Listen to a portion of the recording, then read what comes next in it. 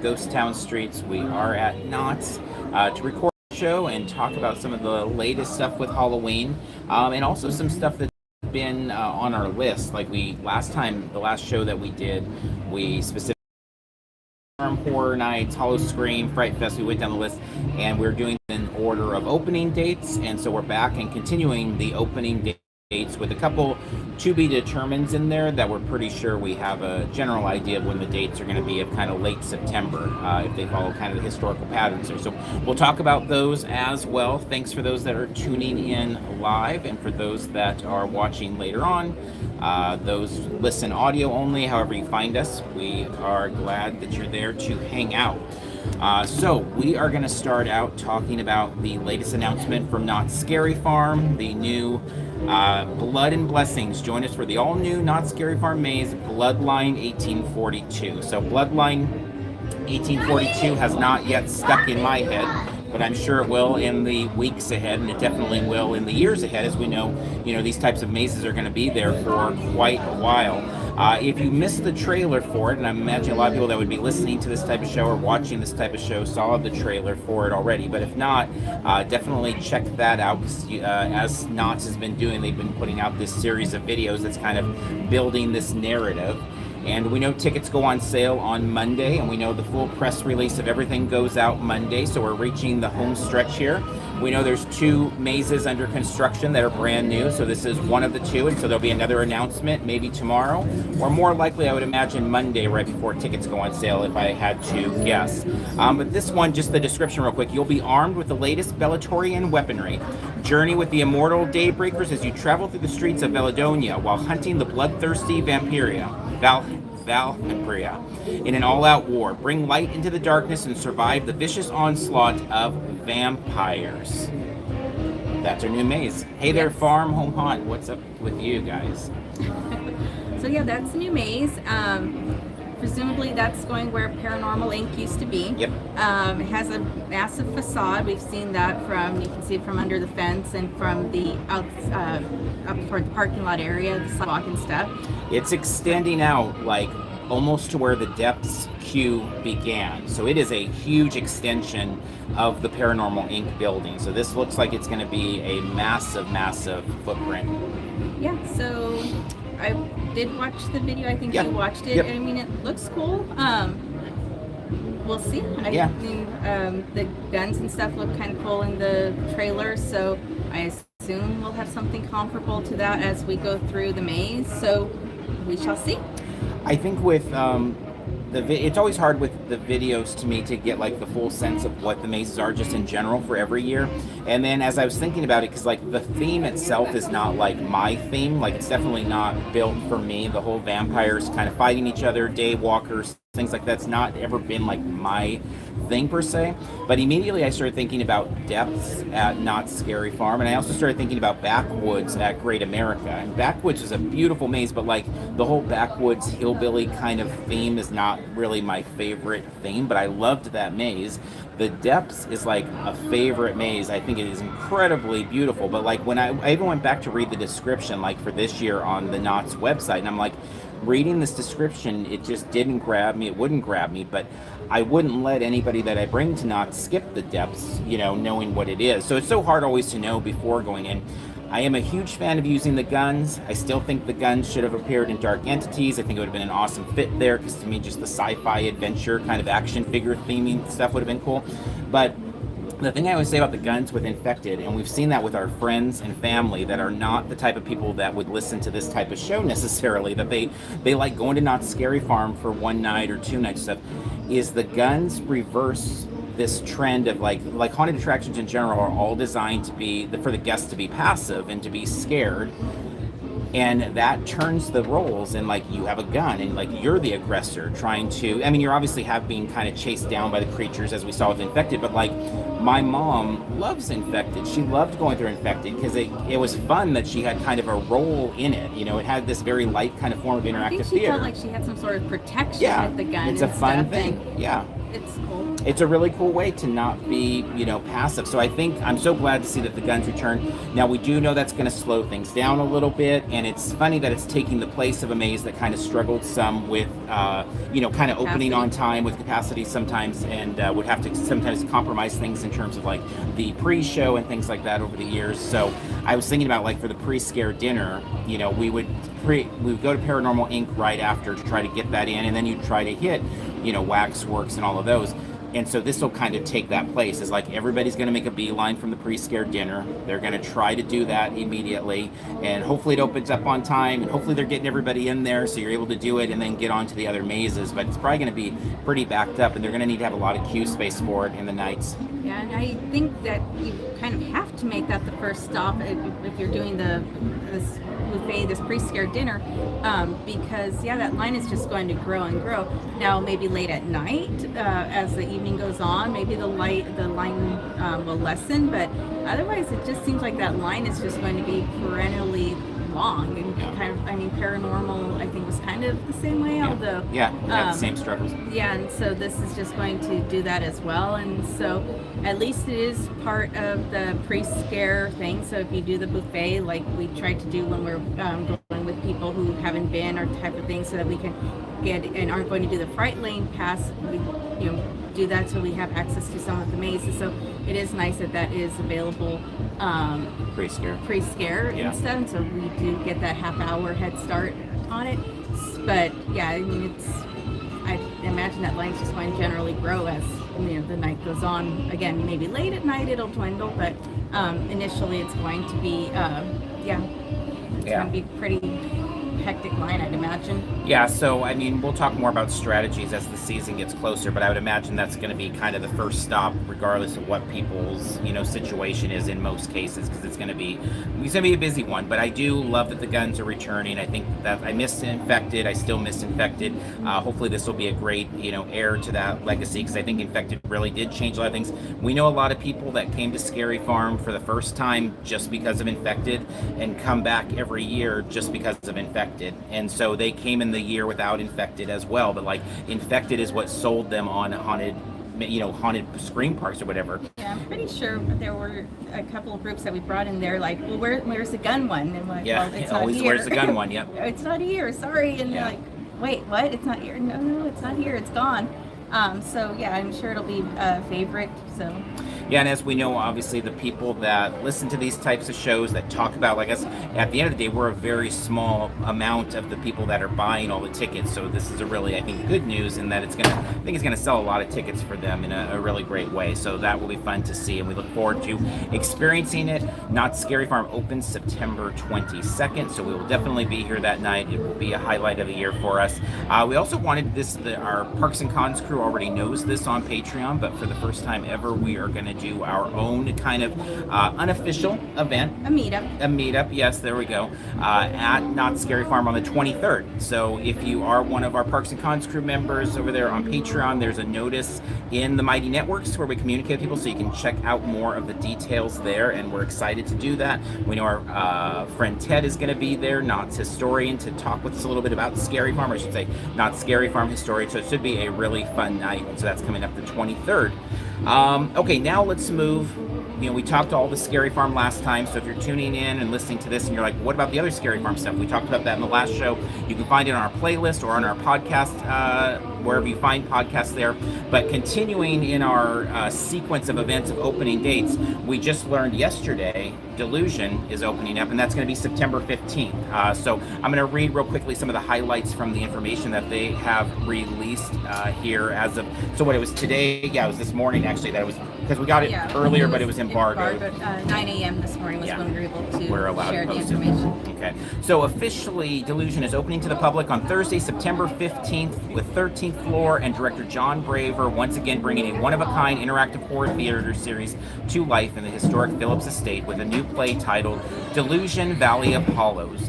Delving into an era never before explored in interactive theater, the play will explore 1970s American cults with a supernatural twist. Nothing brings people together better than the visceral live experiences, commented Braver. 13th Floor, as a company sees beyond the simple jump scares, Delusion is far more than that. Through Valley of Hollows, a standalone sequel to 2021's Reaper's Remorse, which that I did not know, that it was a sequel to last year's Delusion, which we've talked about before on the show, but just for the sake of this one, you experienced, but I was unable to experience last year, but was very sad about that. I'm like, this year I got to get there. Braver has made sure that returning Delusionals, as he calls them, need not have attended last year's play. These plays inspired the campfire effect at Braver. You live in your stories, then you tell your own. There's something for everyone. So it's set in the 1950s. It has kind of a Manson family, Children of God kind of vibe to it. Supernatural elements, though, in addition to that, all part of it. And tickets go on sale tomorrow morning, isn't it? Let's see. Yes. Yeah, tomorrow morning. Beginning Friday, August 12th. They're anticipated to quickly sell out. You can find out about it first by subscribing on their website, where they kind of send out the email, and I know we've been part of that in the past. Delusion is a ticket that often is hard to get and sells out pretty quickly. They did expand last year and had a lot more nights, and so it was a lot easier to get a ticket in the past. I remember there were several years in the early days that you and I would like miss it on Twitter, and then like we'd be hunting if they re-released some tickets at the end or things like that. General admission tickets start at $89.99. VIP starts at $124.99. Now, last year we did a show all kind of reviewing it, your experiences there, and talking about like what the VIP gets and the kind of open world experience and being able to hang out there for a lot longer. But it is a pricey ticket. Same with Creep LA, which we don't as of now know if Creep LA is going to have a show. But they are shows that we usually do buy a ticket. Like we go usually for media night, and oftentimes we'll buy a ticket to go a second time with friends. So it's something, we always talk about like, is it worth, quote unquote, worth the price? And obviously everybody's economic situation is different, but we've always felt both Creep and Delusion were quote unquote worth the price to us, where we do give a lot of thought to that, because $90 is almost a Knott's Berry Farm pass, like for a year. So it's a big price, but it is a very unique experience, and the ability to kind of hang out and talk with people that have done it, it is always like really valuable after if you go with friends, that's for sure. Yeah, and I don't know if it'll be the same format this year as it was last year, but last year, if you didn't do it, the VIP did provide like quite a bit of extra experience. You were allowed to go upstairs in the front house and stuff, and there was kind of like a mini maze kind of experience, where it involved there was some crawling and there was some spooky or creepy stuff, and then we ended up in like a bedroom, and there was a man there who I think was like the husband of the main lady person, and I think if I recall correctly, I like danced with him at some point, because I don't remember why, but I would have to like listen back to the podcast back then. But so it was quite a bit, and then you had access to a separate bar and stuff.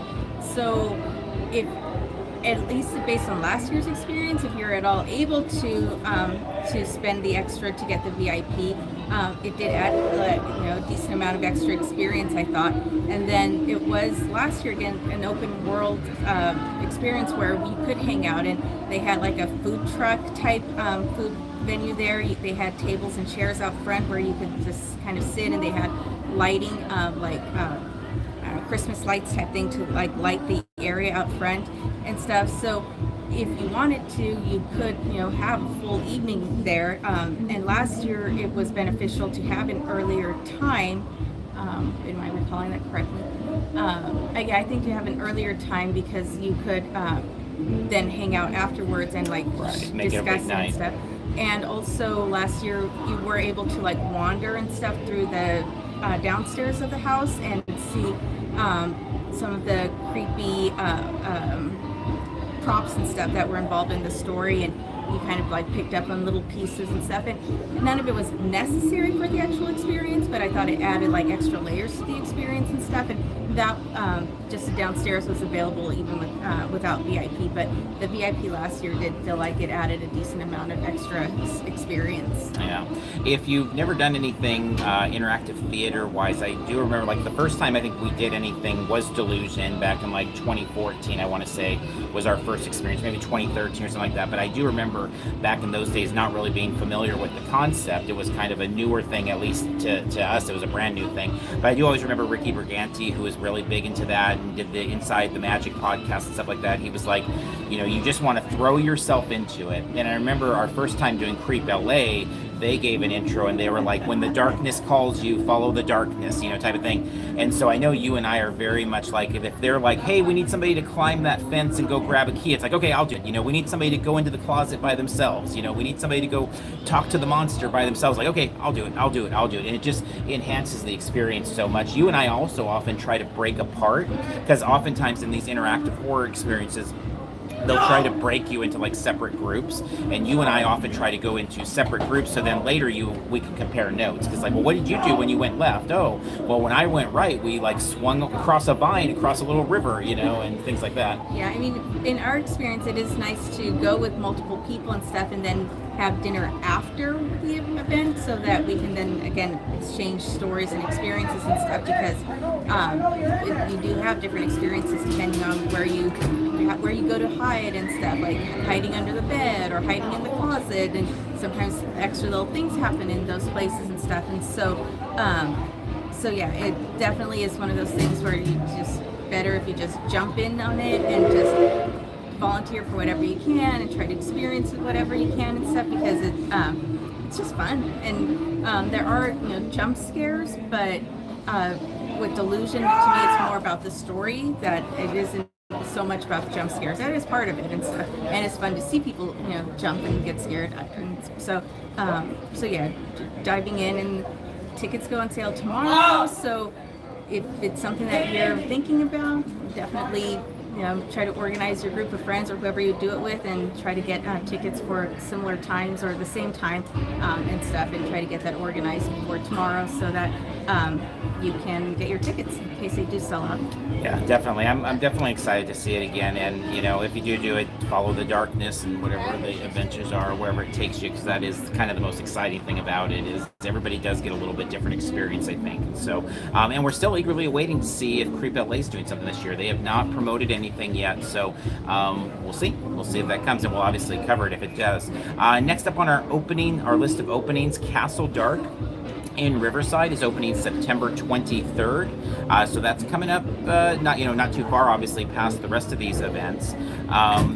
There's Lisa P. I can't wait for Delusion. It was such a great experience. I missed all these comments, so go ahead and jump in and get those. I'm sorry. For some reason the comments didn't pop up, so I didn't think there were any. I just thought I'd check just in case.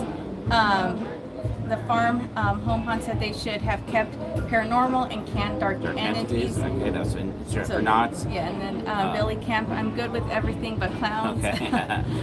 Farm, really looking forward to this. I'm not sure that's Delusion. With Delusion, I think. And then Reggie J. Jr., come on, dude, it's not that bad. Worth the money. Farm Haunt said it's definitely worth the money, so I assume that's Delusion. Yeah. Lisa P. said, I can't wait for Delusion. It was such a great experience. Yeah, definitely. Very excited for it. All right, so Castle Dark. Now, this brings us back to kind of a theme park type of a haunt experience.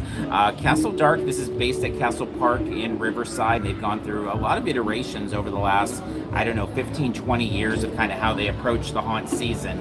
But what was it, 3-4 years ago, they kind of went more into a park type atmosphere, because they had gone where they would have like, a parking lot haunt that somebody would come in. I think like Figment Foundry had done a haunt there for a while, things like that.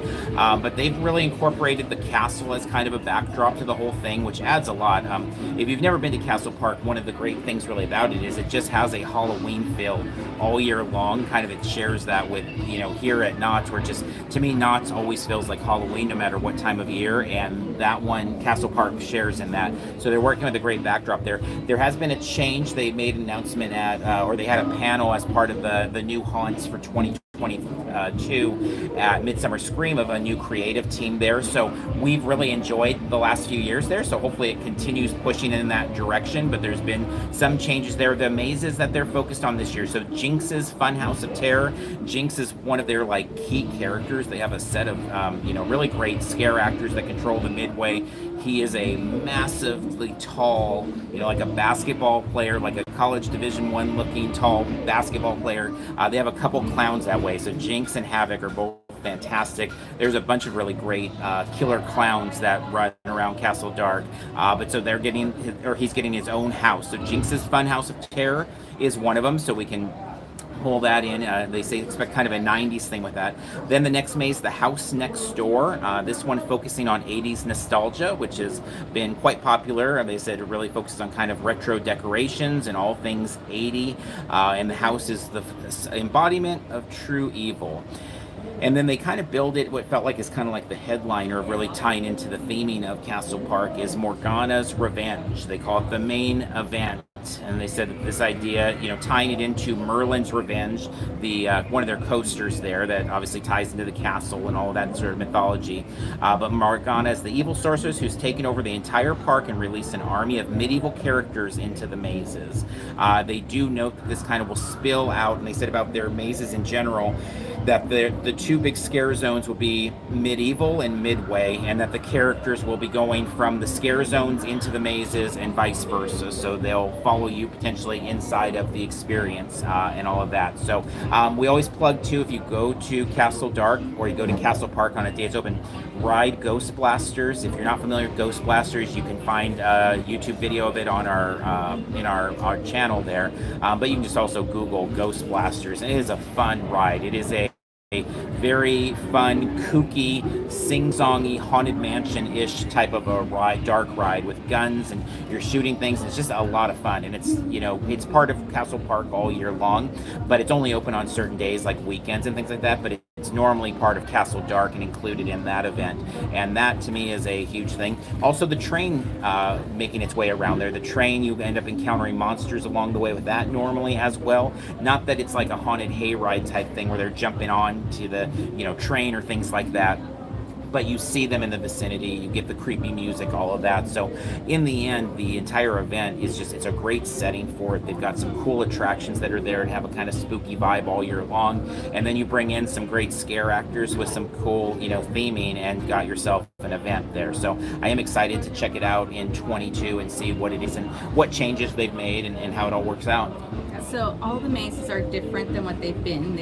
I think, I don't remember if it was during the panel or something I read, but it's the 3 brand new mazes. So there's only going to be the 3 mazes. I don't remember how many there were past years, and then there's 2 scare zones, and then Ghost Blasters, as Sean said, they're all year round, but you access that through the arcade. So it's kind of separate from like the mazes and stuff. And also there's miniature golf at Castle Park. So I don't think they've announced tickets or breakdowns or anything like that. I couldn't find much on the website yet, so we know the open date, but not much beyond that. So in the past, they've again, it's a completely different event, so I don't know. But in the past, there's been a ticket that did include miniature golf and rides and the and Castle Dark, as all the mazes and stuff as part of the ticket. And the miniature golf there is just really fun. It's well decorated. Got some good courses. And stuff. Yeah, and then they've also in the last few years they were having like a pre-scare dinner. Yeah. But I some don't magic think shows and stuff. Yeah. So but stay tuned. Eye out, because it is fun, and it's in Riverside. So if you're in the Inland Empire, you probably drive by it on your way to and from on the 91 and stuff. And so for us, we've talked about it. For me, growing up, my parents lived and still live about 5 miles away from there, so we'd go there relatively often and go miniature golfing and stuff. And so I'm always cheering that park on. I want it to do well and stuff. So hopefully, this year's Castle Dark will be lots of fun. Yep. Next up, and this one we don't have a date for. The next 2 we don't have official dates, but we know that we are figuring they're going to be in their kind of normal zone for 13th floor stuff. And so we've got LA Haunted Hayride returning. And the Haunted Hayride this time coming back to 1985, Halloween night in Midnight Falls. So I think one thing, we talk about kind of just like themes that we're into, like the whole idea of small town USA in 1985 and small town Halloween are all things that really click for me. So when they kind of rethemed it to Midnight Falls a few years ago, like that really worked for me. And one of my favorite things at Midnight Falls or at LA Haunted Hayride has been just kind of interacting with the characters in the the walkways and stuff outside of even the attractions. So again, that returns. Mayor Monty Revolta returns. Is just a fantastic performer and so fun and comedic, and and all of that. That's back. The Hayride itself is back. Now, all of the information we really have on this event, for the most part, comes from the panel at Midsummer Scream. There's a little bit on the website, but I didn't find anything on the website that was more information than what Midsummer Scream had. So we do have a video, if you are interested in that, from Midsummer, them talking about everything. So Trick or Treat returns. If you've never been to Haunted Hayride, this is where you're able to actually knock and, you know, things happen at the door. A lot of times they're tricks versus treats there in terms of how characters interact with you. Midnight Mortuary returns, but this time with an Evil Earth theme. Business has been good, but the problems are popping back up as quick as the mortician can try to bury them. The undead are loose on the mortuary. And then Dead End Diner, which was one I liked a lot. I think a lot of people really liked a lot. That one is leaving, and in return is kind of a slaughterhouse, but they call it the Laughter House. So it's the meat packing warehouse that's on the outskirts of town, and it's been taken over by the spirit of Halloween and the killer clowns that go with it. So killer clowns are all on the loose in the Laughter House there. And then the Hayride, of course, returns, and they said that they didn't really, at the time, have anything to share about kind of changes or, I think, mutations, as they described them for the Haunted Hayride portion. So you basically got 3 mazes, the Hayride, the Monty Revolta show, and then whatever character interactions, which again, as much as I enjoyed, like Midnight Mortuary to me particularly was a lot of fun last year. I still love just hearing their actors were so talented last year, particularly on the side of, you know, being comedic and really playing to the audience, much like Monty does. So some good stuff there. Yeah, and we don't know what location they're. The same location. As last Yeah, year? believe so, Okay. yeah, I yeah. thought there had been Yeah, talk I don't about think not so. being there or something, so. No, I believe it's the same. I mean, I may have missed some of that, but I believe it's the same. But we don't have an opening date, and we don't have ticket information quite yet. In fact, at Midsummer Scream, they did a kind of a ticket giveaway that people text in, and basically they said that they would, you know, let you know when you're able to redeem the tickets as tickets go about on sale. So I would imagine Delusion this week, and probably next week will be Hayride. That's just totally a guess. But I would imagine Hayride is on deck, and then maybe the week after is the next one, which is also a TBD, which is the new Shacktoberfest, which is the one that I think is maybe, I don't want to say it's the mystery, it's just, it's different because we haven't had it. They did make a pretty big point at the panel for Midsummer that Shack really wanted this to have family elements to it, so it sounds like it is kind of a day-night event. They have what they call the witching hour, where everything kind of shifts around and goes from, you know, kind of fun family time in the day to more evil, spooky stuff at night. And so they said that it would be a very distinct changeover, whatever that means. I would imagine. Well, they said like the music will change, and they're going to signal like, hey, the monsters are coming. So there'll be trick or treating in like these 6 zones. So there's the Shipwreck Graveyard, Deadman's Wharf, Pirates Cove, Midway Madness, Lost City Boardwalk, and Diesel's Pumpkin Patch. And so those will be all family friendly but we're not sure on exact times. Like I think we're speculating like 4 to 7 is going to be the daytime, and then 7 they to. did give us a time. I don't remember if it was 7 or 8, but I think it was probably 7. Well, when it changes, they did, but they didn't give us a time when the event opens. No. Yeah, no, they said it would be around 7 o'clock that it kind of changes over to the evil side of things. But it also seems, you know, very much in the theme of Shaquille O'Neal, of like he's really big on kind of self-deprecating humor, making fun of himself, and so like the buildings, like it's like Shaq Frankenstein or whatever, and you know, a lot of pictures of like Shaq shooting a free throw with like a jack-o'-lantern. Narrating a lot of the stuff they said and stuff, and so that'll be interesting. And to clarify, that is at it is at the Queen Mary, but the Queen Mary is a backdrop. I keep hearing the wording, the Queen Mary is a backdrop, so it seems pretty clear that we're not going to be stepping on the ship at all, and it will be out in the parking lot stuff, and so which, as far as you're concerned, means all porta potties, because that's always a big deal to you. Yes, if you've not listened or don't follow along with us, it drives me crazy that at the Queen Mary they just have the really I don't know, gross porta potties that they don't even have like running water and stuff. And every year my wish is that they bring better porta potties in, like the nicer ones that actually have running water and stuff. But alas, I'm guessing it is going to be the will typical definitely be that. porta potties, and it's really, yeah, I find it really gross and stuff. And as a very short person, I struggle with porta potties. So whatever. But that's going to be a challenge, and I'm sure. And so usually for those nights, I try not to drink too much because I really try not to. Although in the past, when we were allowed on the ship, there was like a couple restrooms that we had access to. So this year, I'll have to be even more conscientious of what of what I'm drinking and stuff prior to that. But generally speaking, it'll be porta potties, and then also hopefully they'll put out some information about it. But parking is always a challenge at the Queen Mary, and so I'm sure this year will not be any different. So if you are planning on going, pay attention to what the parking situation is, because I'm guessing they're going to have to do shuttles again like they've done in the past. We've usually been able to park on site because as media we were getting there early and stuff. But yeah, that's going to be probably a challenge this year because I don't think they've expanded parking since we were last there for Dark Harbor. Yeah, and particularly for the people that would be, again, watching this type of show or listening to this, is I think the families are going to be there very early. So if you're somebody that's only going for the spooky part later on at night, the scary stuff, you'll have to remember that probably a lot of the parking's going to be gone at, an hour before the event begins. So we'll see. I mean, I'm very curious about the event, I think, because just like with, horror nights, if you're going to have the weekend as part of your event, it's going to attract major crowds of people getting excited about it. And so I think the same thing here is I think Shaquille O'Neal himself, just the name itself is going to attract a lot of people, and it's going to be a really popular event. And so we'll see how it's executed, but I'm excited to see it. Hopefully we get to see it. We don't, again, know the date. We don't know really much details about it yet. So you can go to Shacktoberfest.com and enroll to get notified when things go up. And obviously we'll be sharing that content as we find that out. But I would imagine, as I said, because Delusion, Hayride, and Shacktoberfest are all 13th floor productions, I would imagine this is Delusion's week, and then we'll have something next week, and then something the week after.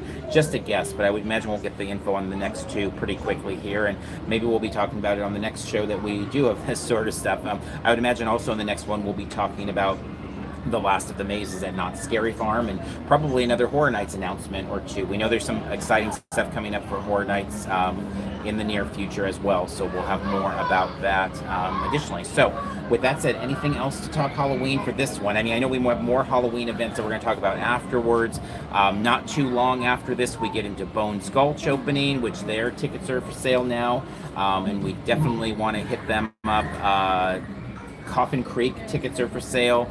Definitely interested in that. So more and more will be coming on the scene as well. And then ultimately with these shows too, as long as we have time, we'll get to talking about some of the home haunts out there, which is always a highlight of the season as well. So lots more Halloween stuff to come up in the weeks ahead. Yeah, we don't know yet how we're going to do our coverage, especially for the home haunts, and if we'll be doing them as live, or we're still figuring all that stuff out. But for now, just kind of talking about the press releases and the information as we have it and stuff. So we'll definitely keep doing that. And let's see. So what do we have coming up? So, and then Knott's had a lot of announcements today about their changes for 2023. I think we're talking about doing that, having tomorrow about that. Fiesta Village and the passes and the hotel and all that. And then Monday, I think I'll be on around 12:30 or so discussing D23 Expo and those reservations and stuff. But as far as Halloween stuff, I'm guessing sometime next week we'll come on and do a early to mid next week, I would imagine. So all right, so with that, we thank everybody for tuning in. Again, whether you were live in the chat and participated, thank you all for being there and spending some time with us. If you're listening later, audio only, that's great as well. Again, if you're part of the Parks and Cons crew, we thank you so much for your support on Patreon. Please make sure to check in on Mighty Networks and let us know if you're going to be joining us for our Knott Scary Farm event. We hope to see some of you there and have a fun night with that. So wrapping up here from the Ghost Town streets. Until next time, we'll see you in line somewhere.